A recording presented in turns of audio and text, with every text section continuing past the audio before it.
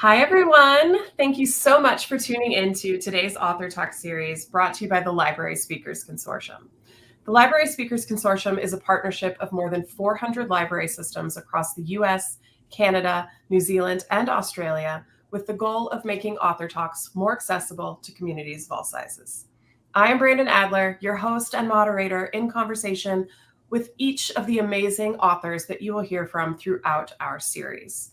Today, I am so honored to be here with award-winning and best-selling author Rebecca F. Kuang, as she talks to us about her most recent novel, Yellowface. Hi, Rebecca. How are you? I'm good. How are you? I am great. I'm super excited to get started. Before we jump in, though, I want to kind of pause and let everybody know how they can ask questions, get those standard housekeeping things out of the way. Um, we have compiled some questions that were pre-submitted with registration, so thank you for doing that. But you can also submit questions live during this event. Just click that questions button below the live stream video. If you're already in full screen mode, you're probably going to want to hit the escape button so that you can see those extra tabs under the live stream video. Keep in mind, there are a lot of you tuning in today, so we will get to as many questions as time allows. And don't worry, if you have to leave early for any reason whatsoever, all registrants will receive a link to the recording via email in about 24 hours. Now, to formally introduce our guest for today, Rebecca F. Kuang is the award-winning #1 New York Times bestselling author of the Poppy War trilogy, Babel, An Arcane History, and Yellowface.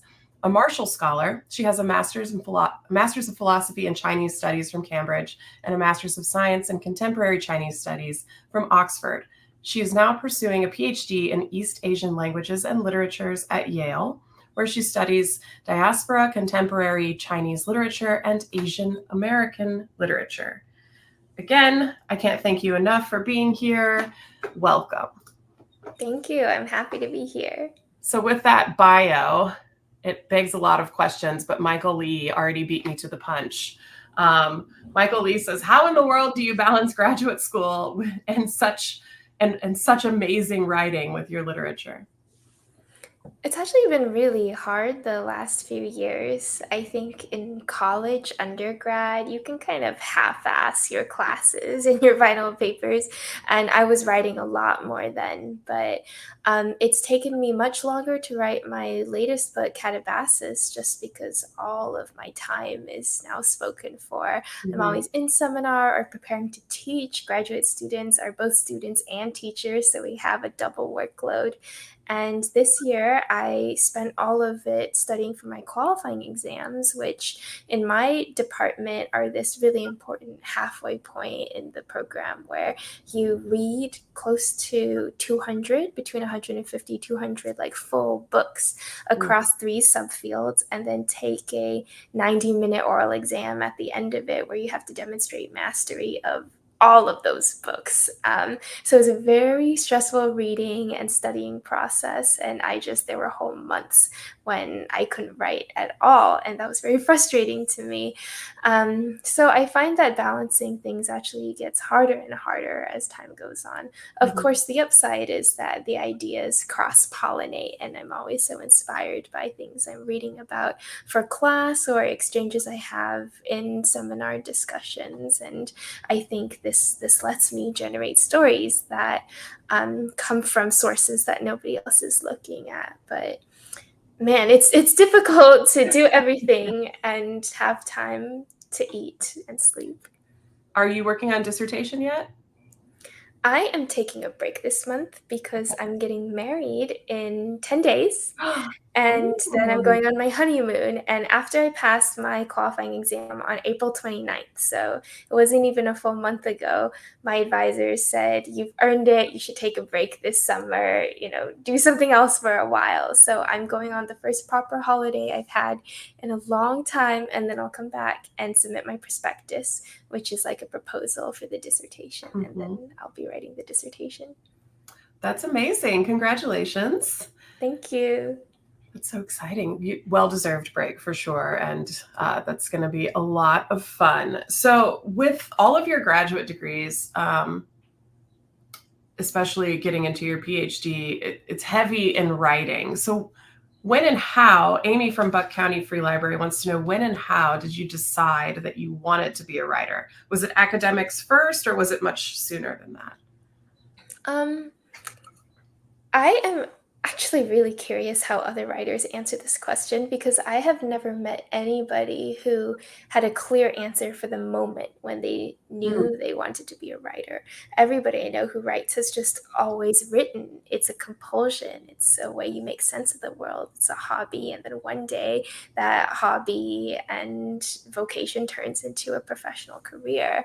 And I remember for me, it was since I was a child. I moved to the US from Guangzhou, China, when I was very young, and then had to learn English and had to learn to speak without an accent and to fit in. And part of the way I learned to think of myself as a subject in English was to read enormous amounts of fiction and to write basically fan fiction of myself fitting into those worlds. So there's a story I tell all the time. When I was 6 or 7, I went to my dad's study and pulled out all these sheets of printer paper and folded them in half and stapled them to make a little booklet. And I mhm. titled that booklet The Adventures of Luke Skywalker and his best friend Rebecca Kuang.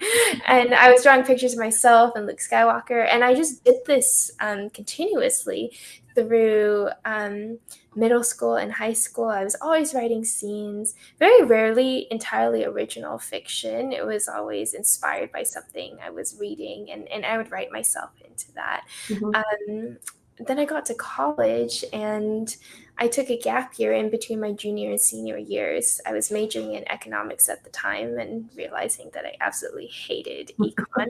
So I thought I needed to take a year off before I waste more tuition money and just see what I actually am passionate about and what I want to do with my life. So I found a job in Beijing, China, and they sponsored a visa, and I flew over there and I taught high school debate to Chinese students for that year. And it was during that time that I started writing The Poppy War seriously. And it was the biggest, most ambitious project I had ever attempted. But I thought if now is the time to try to write a novel. I'll never have this much free time on my hands again. And it seems funny to say I had free time when I'd left college to start working, but really the idea of working from 9 to 5 and then coming home and having no homework to do, no textbooks to read, no econ lectures to take notes on was wild to me. So I thought, I have this amazing opportunity to try to finish a project that I've never done before. And that was the first novel. And I sent it out after I was done with it and got a literary agent and then a book deal. And I've been writing ever since. But it certainly wasn't something that I ever thought I would do professionally. The entire time I was growing up, I was just writing for the sheer fun of it and because I wanted to. Mhm. Yeah, I've heard most of the stories from authors when I ask that question, or when a viewer asks that question, is pretty similar. Like they just had to. They just had to write. They've been doing it, since they were a child in some form or fashion. But I've also heard that it didn't occur to them. I've interviewed a couple of debut authors that in their 60s, their first novel was out in their 60s, and they didn't try writing until then. So those are always interesting too, especially now, like that they've started writing, they have to, they can't stop. So it's always a very fascinating answer from everybody. Thank you for sharing that. Okay, so the Poppy Wars and Babel are very, very different than Yellowface. So can you tell everybody, because I know that not everybody here has yet read Yellowface, can you kind of give everybody a summary about Yellowface, about what it's about? So, Yellowface is a contemporary literary fiction novel that's a satire of the publishing industry. And it's told in this kind of zippy, irreverent, very modern voice. It has the voice of somebody who knows what an iPhone is. And the premise is that there are two writers, June Hayward and Athena Liu, and they're friends, let's say frenemies.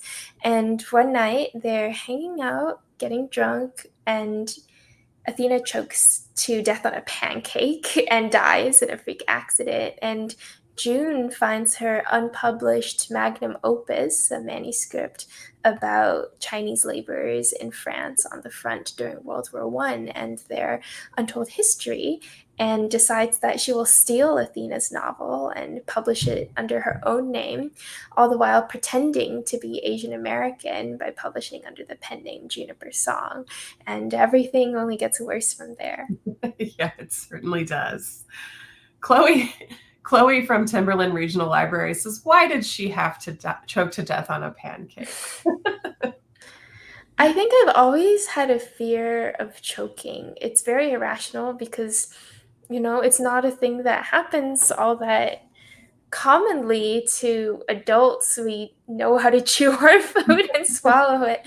But it was such an irrational fear that in college, I was in a long distance relationship with my now fiance. He was in college in a different state, and we'd FaceTime each other quite a lot. But I had a rule that we couldn't FaceTime if one of us was eating because I was so nervous.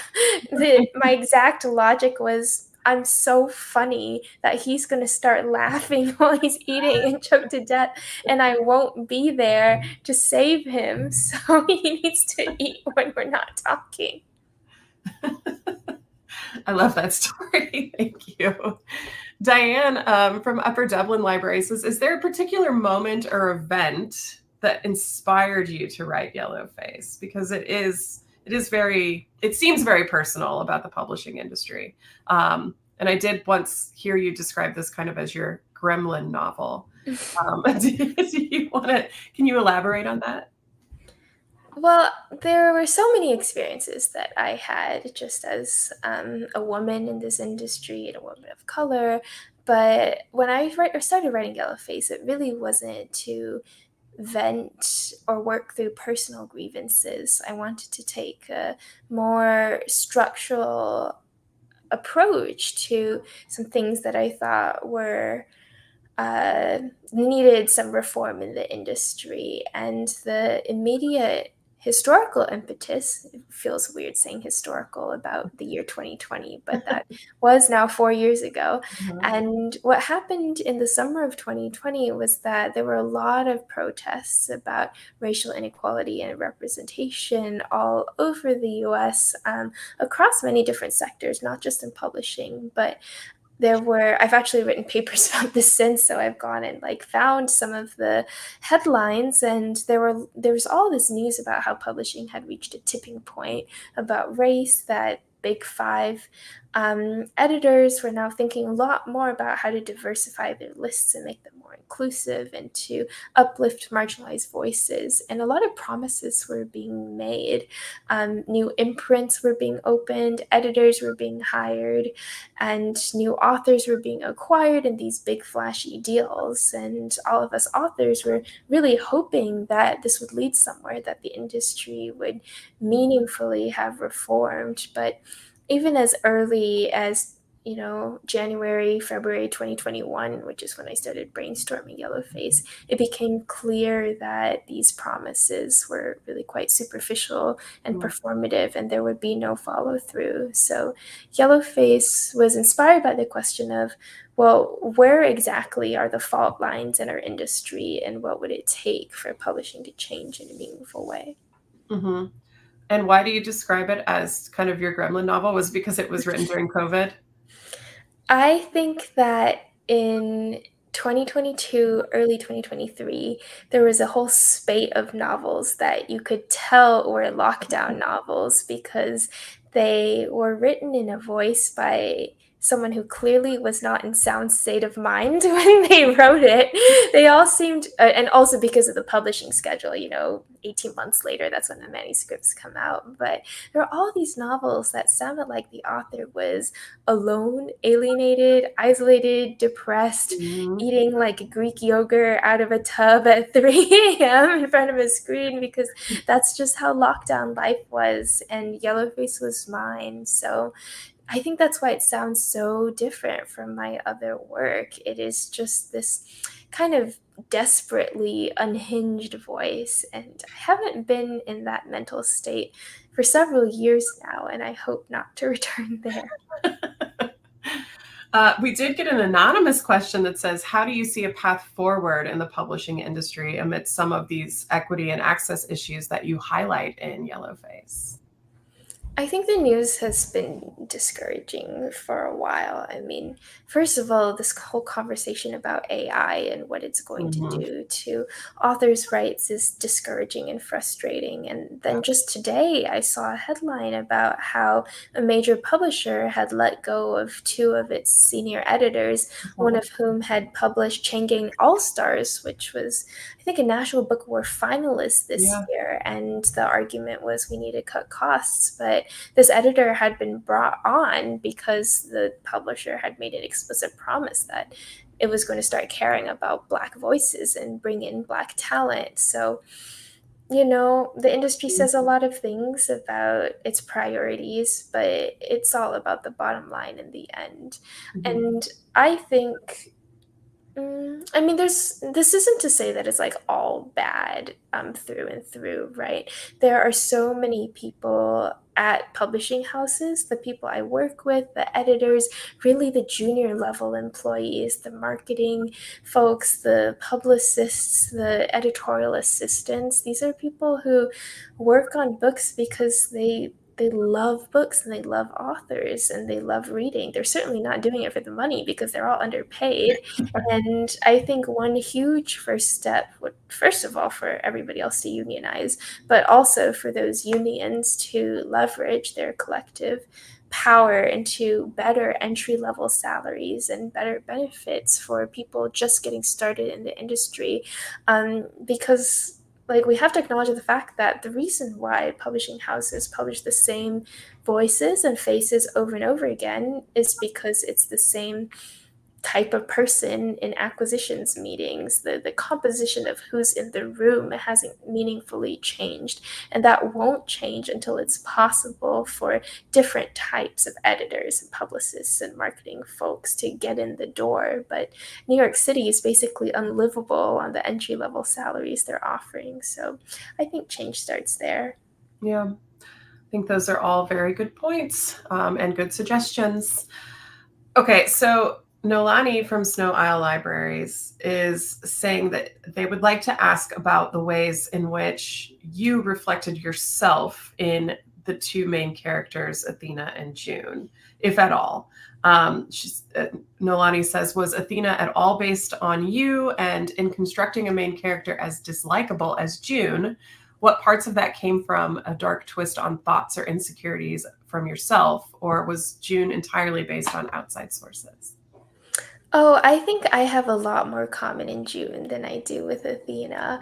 It was really important for me when creating a character as unlikable and nasty as June that she start from feelings that are universally relatable. Otherwise, she's too unbelievable. Nobody would ever want to follow a character who's just, racist for the sake of being racist. But June doesn't think she's being racist. June thinks she's acting in a justified manner and as a reaction to ways in which she's been treated. So I started with how insecure and nervous and frustrated I felt at the beginning of my writing career.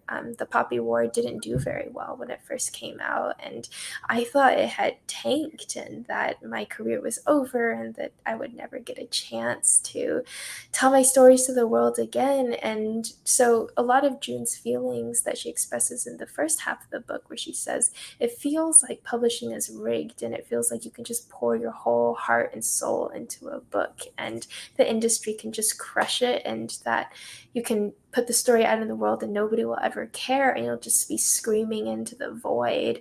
That was something I carried with me for many years. And it wasn't really until Babel came out that my career kind of turned around and I had a bestseller for the first time. So I took those feelings of inadequacy and frustration and wanting more, but not knowing how to get there, and jealousy. I mean, real jealousy of other writers who were getting all the things that I wanted so badly. And of course, I try to process my jealousy in a healthy way, sitting on it and using it as motivation. But I feel the same kind of jealousy, and it's the same starting emotion that motivates June. It's just that it compels her to choose a much different suite of options.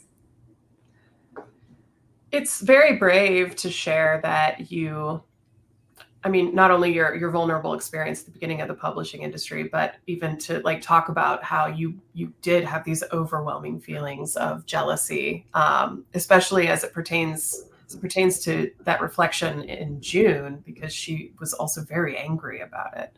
So thank you for sharing that. Well, I think authors need to get better at talking about professional jealousy because everybody feels it. And I think everybody feels jealousy, even if they're not a creative. It's quite a natural thing to feel. I think it's exacerbated by social media when you Mm. only ever see other people's wins flapping in your face. You know, we put our best selves on Instagram, we don't put the disappointments and frustrations and all those nights staring at a blank Word document because we can't get the words to flow. And so I think authors feel jealous of one another all the time, and that, again, it can be a really positive emotion. I think if you reflect on it in the right way, you can use it as a way to encourage yourself to do better at the same time as you're able to celebrate the wins of others and realize that they are deserved.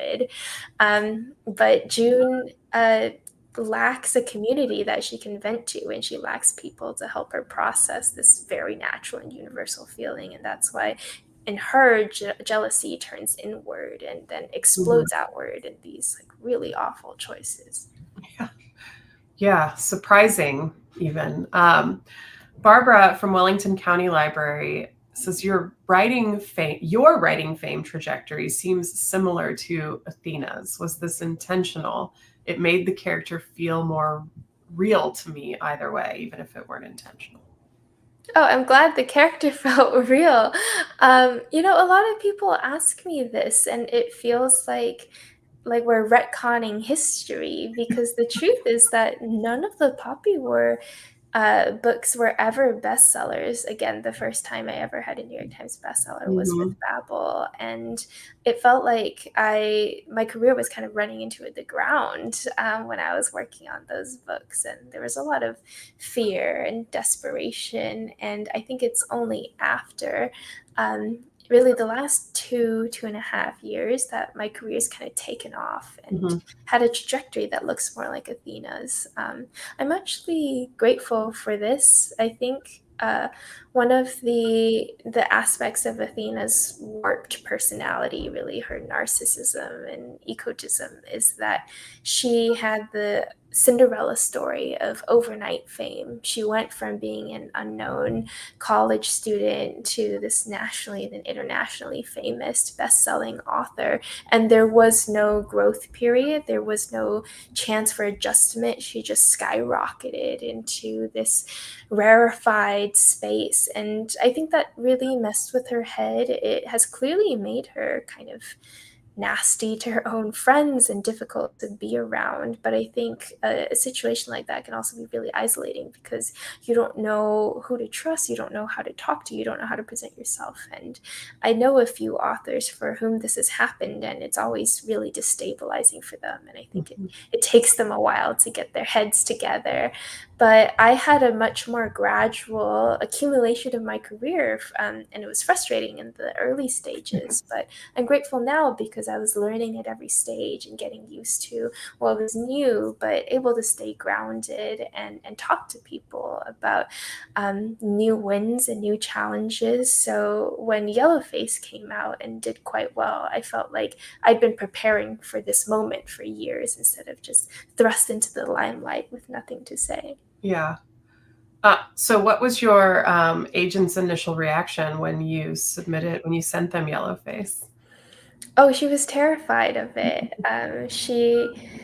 My agent, Hannah Bowman, who's absolutely brilliant, mostly works with science fiction and fantasy, very much a speculative fiction nerd, and that's why she had signed me. So I never told her I was writing a lit fic novel. I just started doing it, and then when it was nearly done, I sent her the first 100 pages, and was like, well, what do you think? And she was like, what are we doing with this?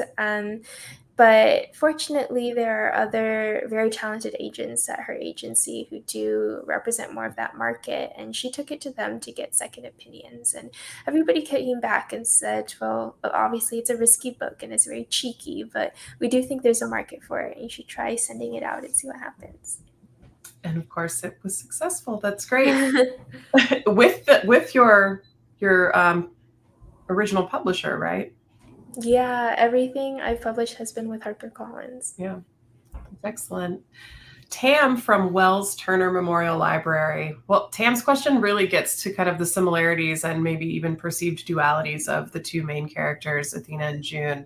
Tam says, "Hi, Rebecca. I loved Yellowface. Such a great read. Athena fascinates me, especially when she interviews the Korean elder, and it's a morally gray area, what she does with his story, as opposed to things that June also did that could have been perceived as morally gray, but instead were not. What are some ways a writer can prevent potentially profiting off of Asian trauma and pain?" I think it all has to do with what your relationship is with the subject matter and what your relationship is to the people you're writing about. And it's really tricky, this question of profiting off of somebody else's pain.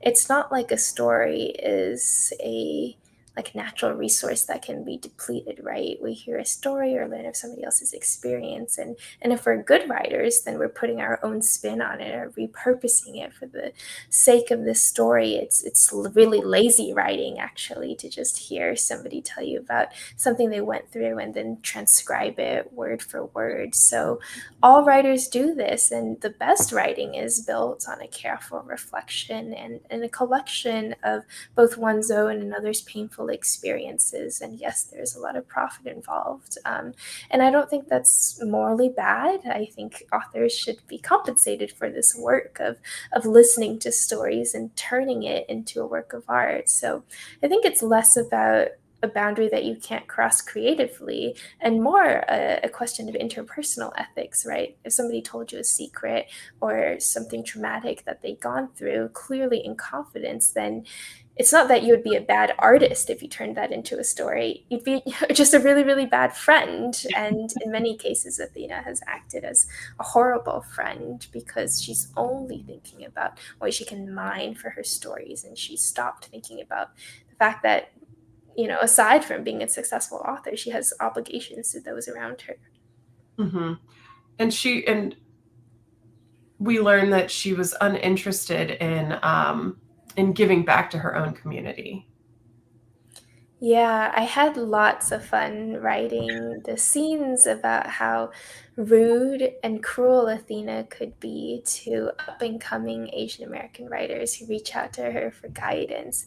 In every field, there are a few people who ascend the ladder and then promptly pull it up behind them instead of sending it back down. And I've always been very curious about that mentality. Why would you refuse to pass it on if you've gotten somewhere that a lot of people are trying to be? And in Athena's case, it's because she feels threatened. It's because she likes being the only Asian voice in the room, and she doesn't want anybody else upstaging her.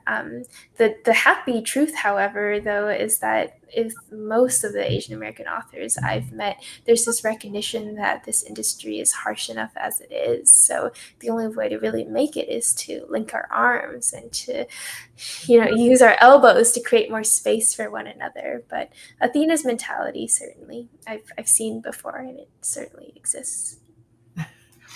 So, I know that you probably get asked this question in every single interview, based on, the satire of Yellowface. But Sarah from Sacramento Public Library, as well as Daniel from Mill Valley Library and a few others, are saying In your book, Yellowface, June is criticized about writing about Chinese history and experiences in World War I as a white woman. And then Daniel says, do you believe that certain stories should only be told by certain people, or should anyone be allowed to write a story about anything they want? I think it's really important to maintain principles of complete artistic freedom. So we must always start from the principle that authors can do whatever they like, short of committing crimes. You should be able to put anything you want on the page. Now, of course, you can't control how people react to that. And you also have to make it good. A lot of the times when we criticize how an author has rendered another community or, let's say a race that they're not a part of in fiction, we're not saying that he never should have done it. We're saying that the way he did it badly, right? Mhm. There's so many ways to go about this. You could not be a part of a community, but do the research and speak to people in that community and write from a place of compassion and care and nuance, and think critically about all the harmful literary stereotypes in other works, and think about how you might subvert that or respond to that.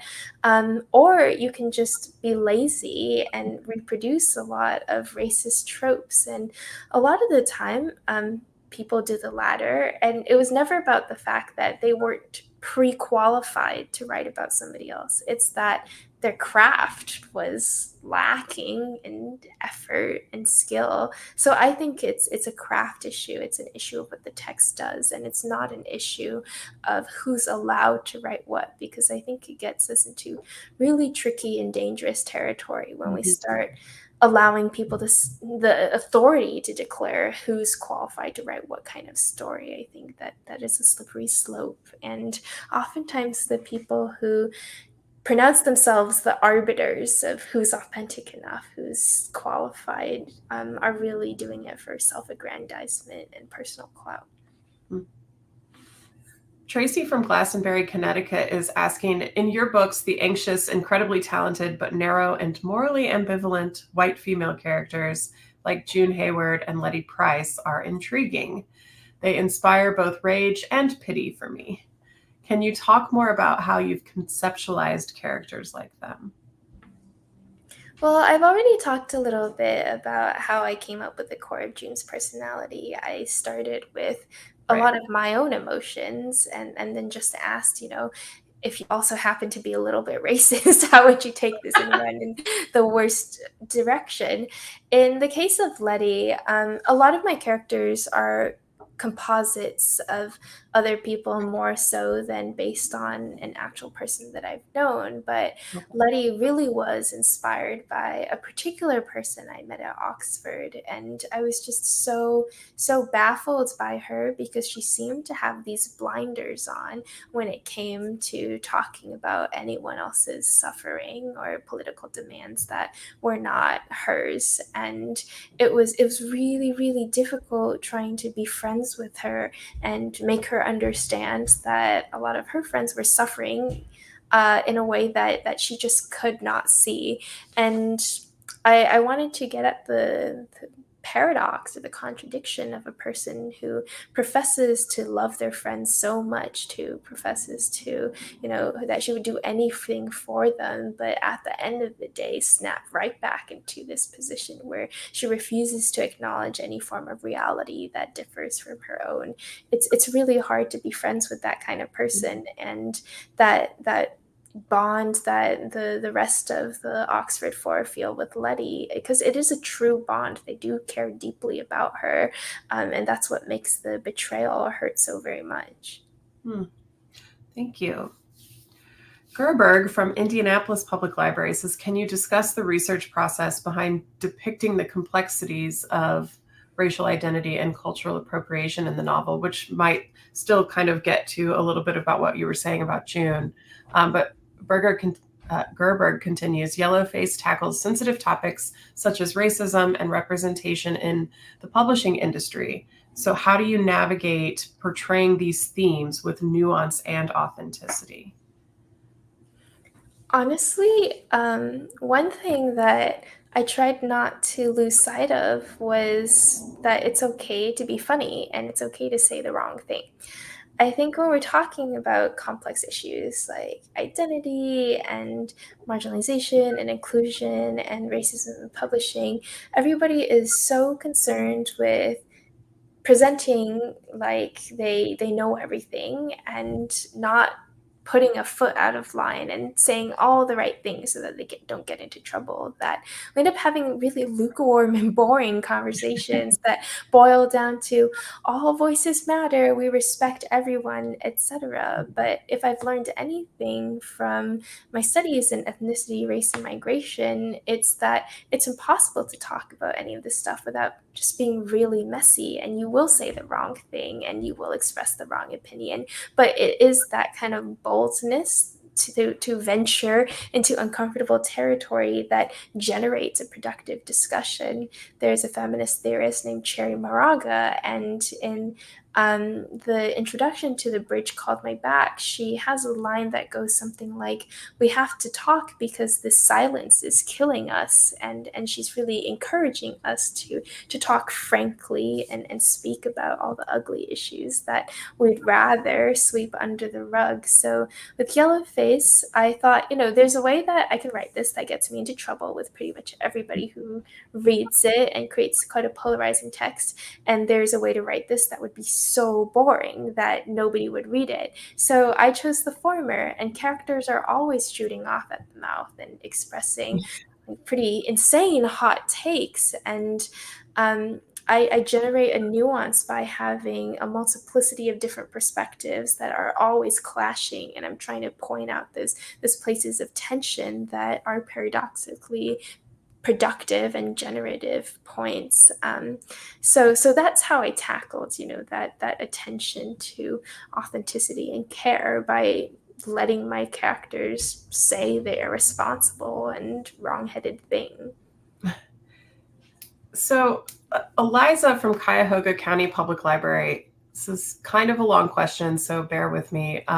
Eliza says, as a person of color who read Yellowface with a majority white book club group, I was struck by the disparate experience I had in relating to the portions of the book that discussed the criticisms of Athena stemming from Chinese critics regarding her privilege as a wealthy, highly educated member of the diaspora, particularly as it was framed within a broader and visceral display of a white person assuming the agency to take and tell the narratives of marginalized peoples.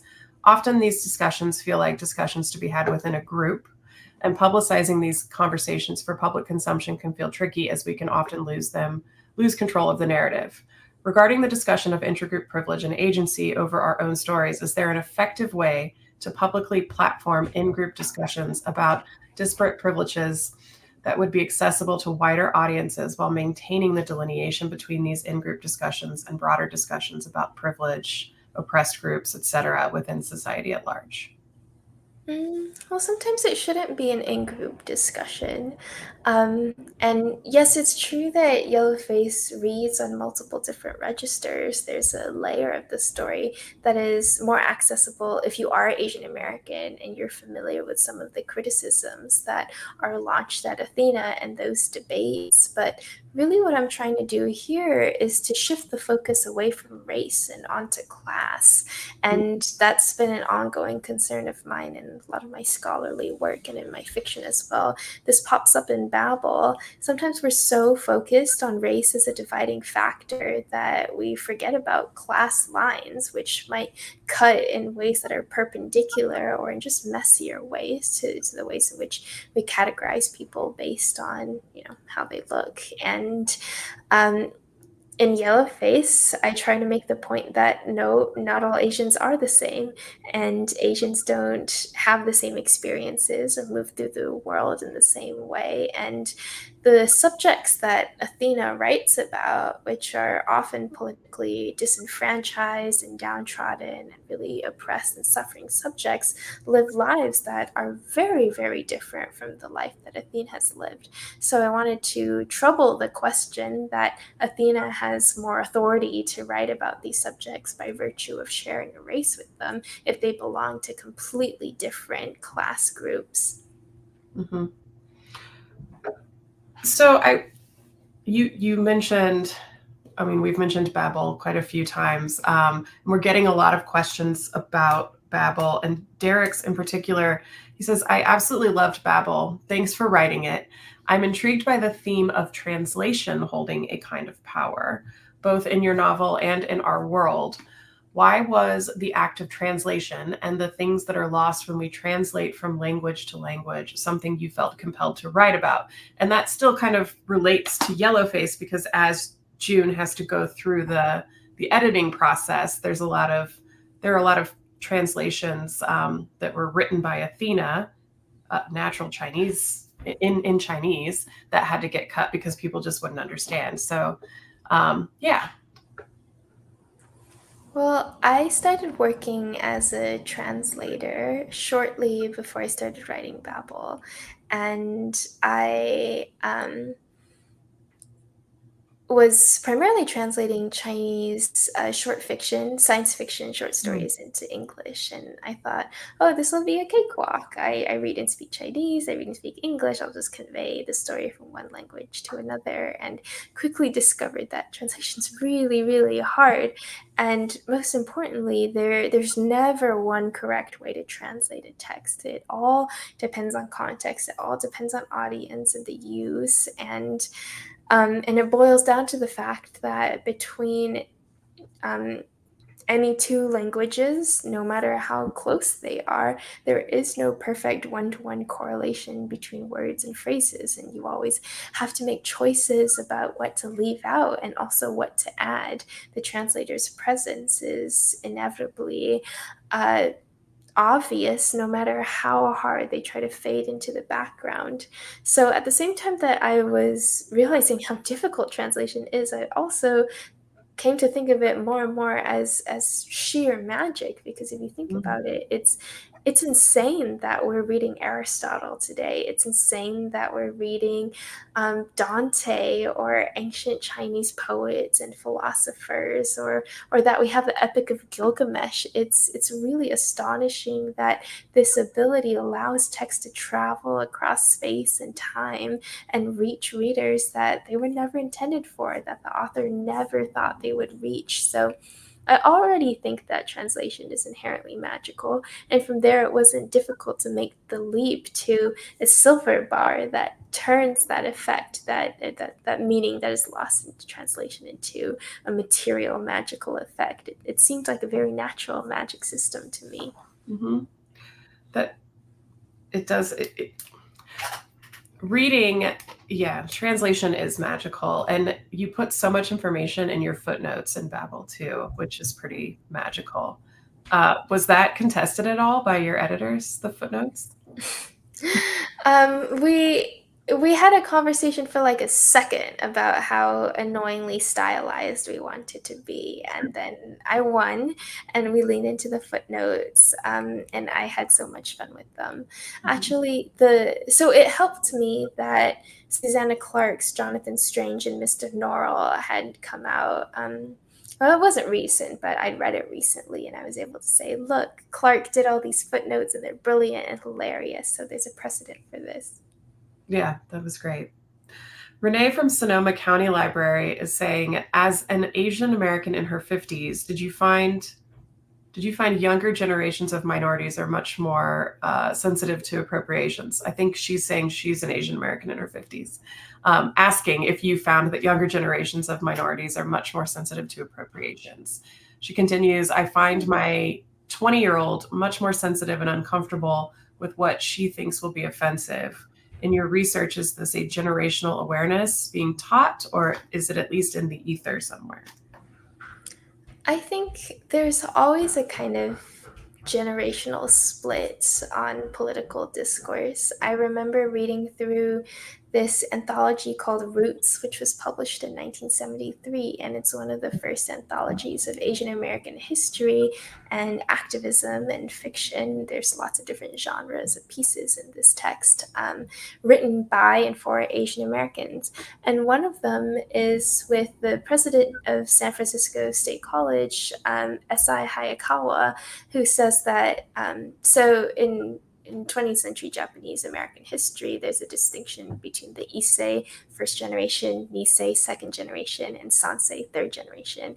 And as Hayakawa was saying, I think it's hilarious that the Sansei, the third generation, the youngest one at that point, have all these feelings about racial identity because they're not even the ones that were in internment camps or who first immigrated. They didn't go through those same hardships, but they're the ones complaining the most about racial discrimination and having an identity crisis. So I think there's always a bit of a tension between the struggles that an older generation faced and the battles that they were fighting versus the terms of discourse with the newer generation, which oftentimes seems frivolous in comparison. And to be honest, sometimes I see conversations that my students, undergraduates, are having, and they're from a much more online generation. And I find the way that they talk about things frivolous and trivial and missing where the action is. But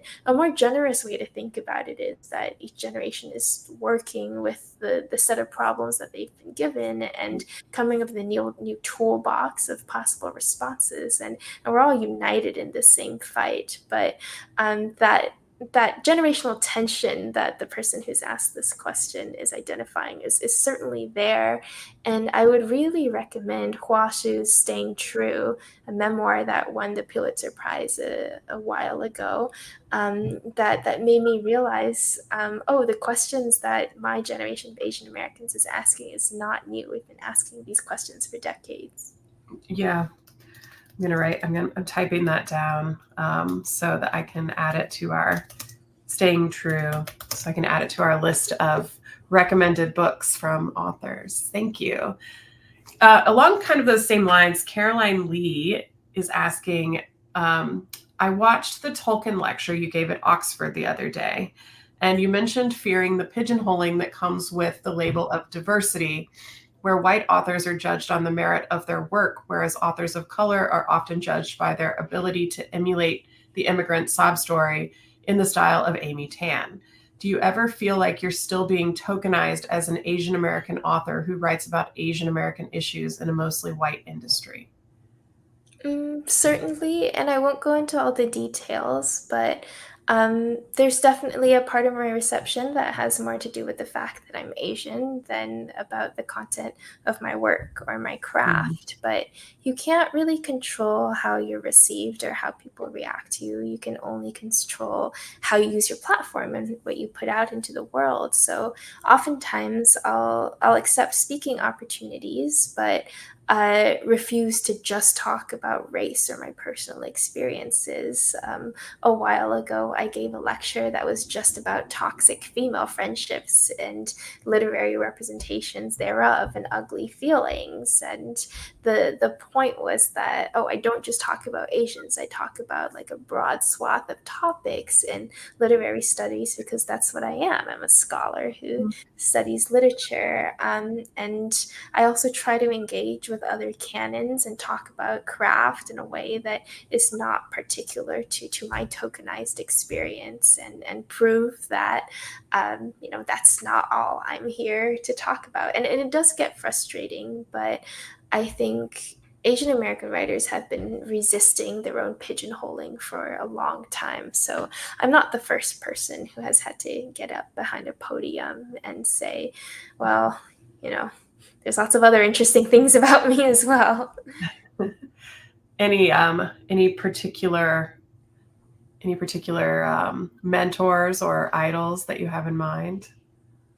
I don't want to make the self-aggrandizing move to claim that these people are my personal intimate mentors when some of them I don't even know that well, but I find folks like Viet Thanh Nguyen and Ken Liu very inspiring. Great. So we have a couple of questions about the Hugo Award scandal, or I don't know if you want to call it a scandal or not, but Jordy and Serena say you are prolific, but I would love for you to comment on the Hugo scandal from your perspective. Do you think that the convention/award can be changed to avoid these issues in the future. Are you comfortable talking about that? Oh yeah.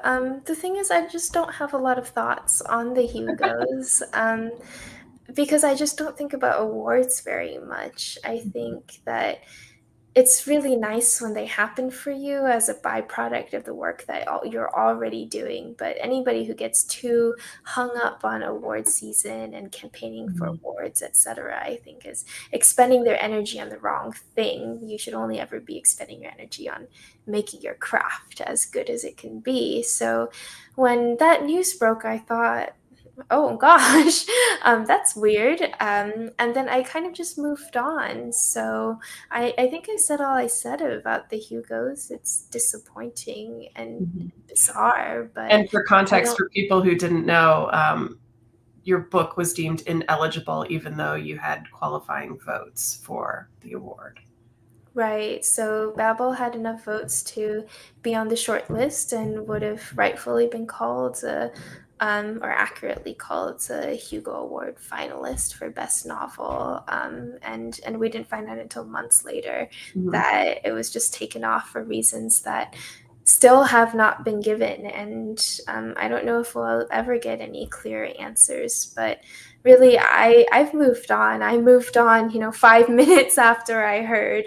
It just feels like the wrong thing to be wringing my hands over when there's so many exciting new projects to be working on.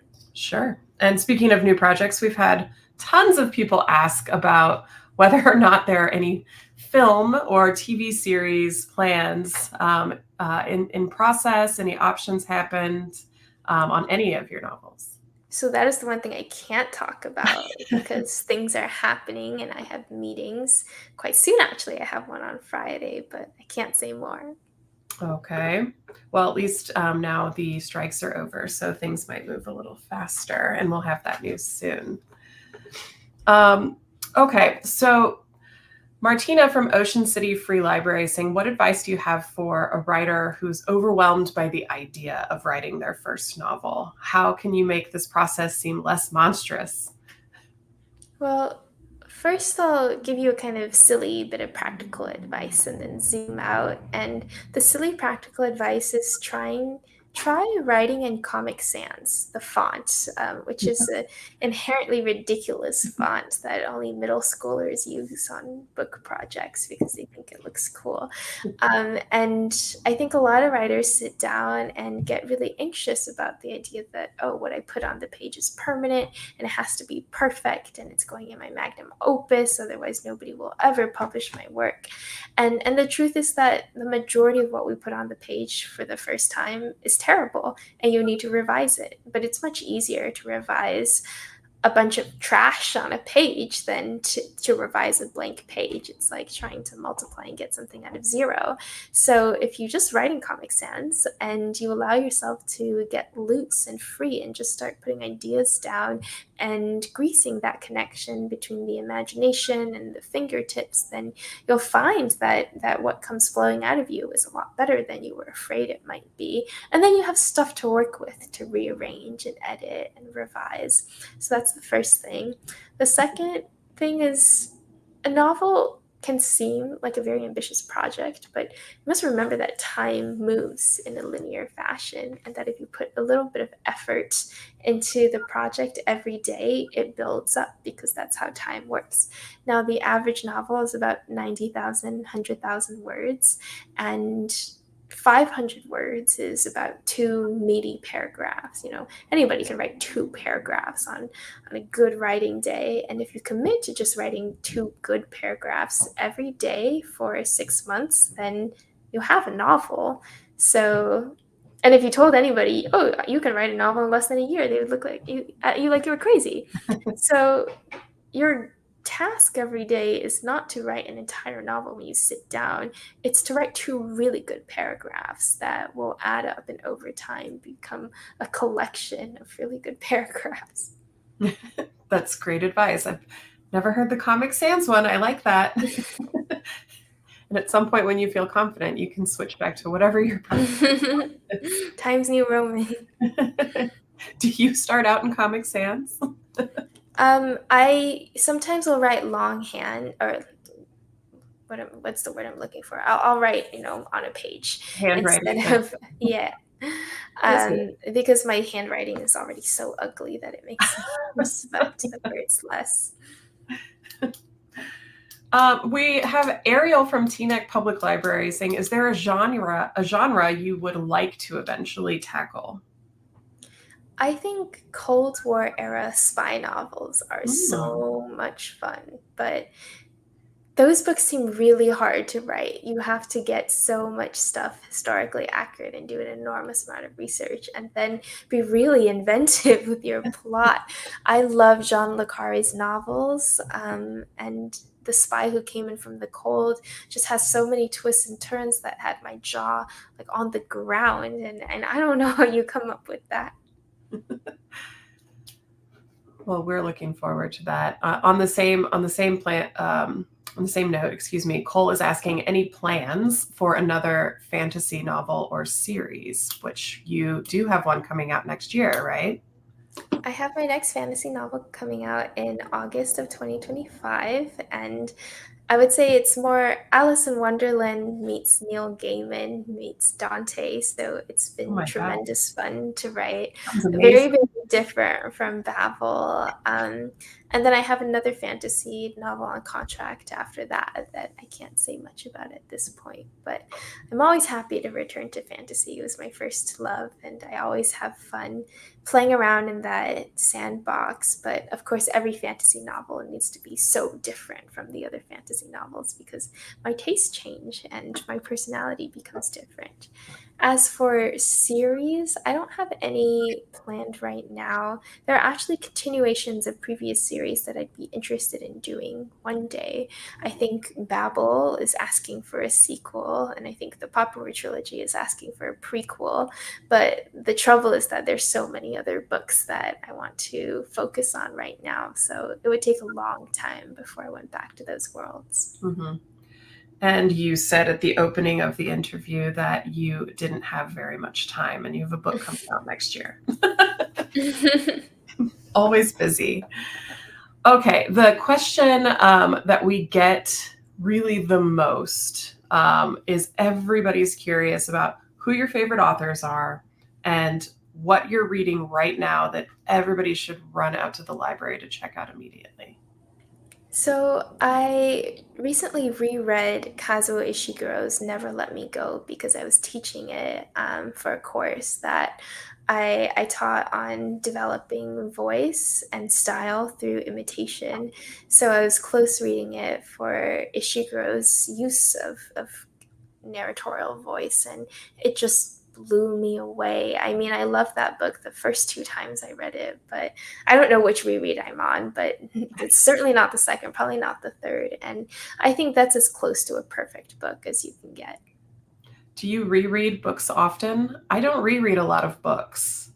I used to reread books all the time when I was younger, but now I do that pretty rarely unless it's been like, many years and I generally don't remember anything about the book.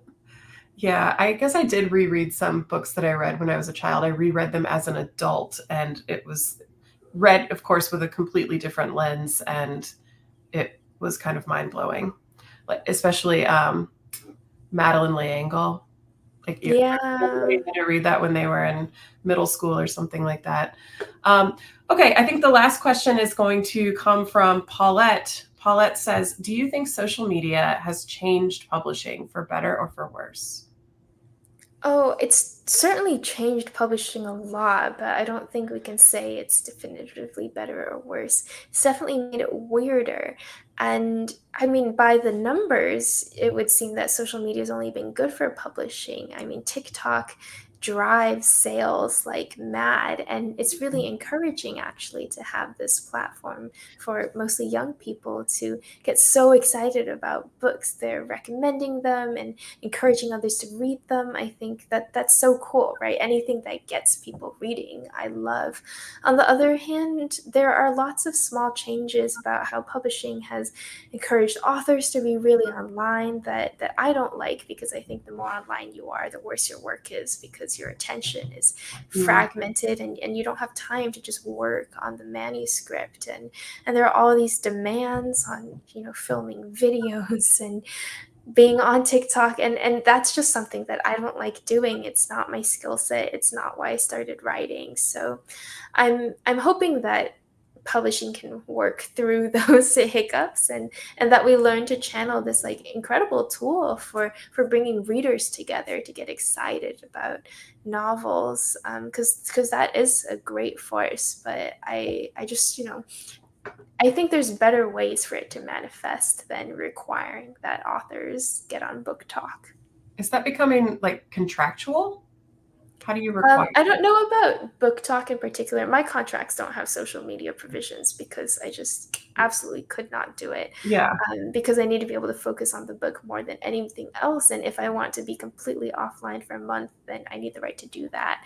But I do know a lot of mostly younger writers who've been pressured to signing these social media clauses. And I think that's really dangerous. Yeah, I could agree with that. All right. Well, thank you so much for joining us today. I've had so much fun talking to you, learned a ton more about literature and your literature in particular. So thank you so much for sharing your story with us. Thank you. It was such a pleasure.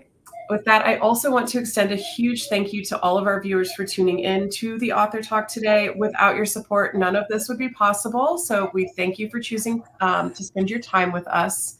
As a reminder, if you scroll down below the live stream video, you can see the resources area, which contains a link to Rebecca's books. We look forward to seeing you all again on June 3rd when we take a virtual trip to Mars with Smithsonian curator Matt Schendel, and again on June 13th when we chat with the Queen of Thrill, Frida McFadden. I am Brandon Adler, and thank you for joining us.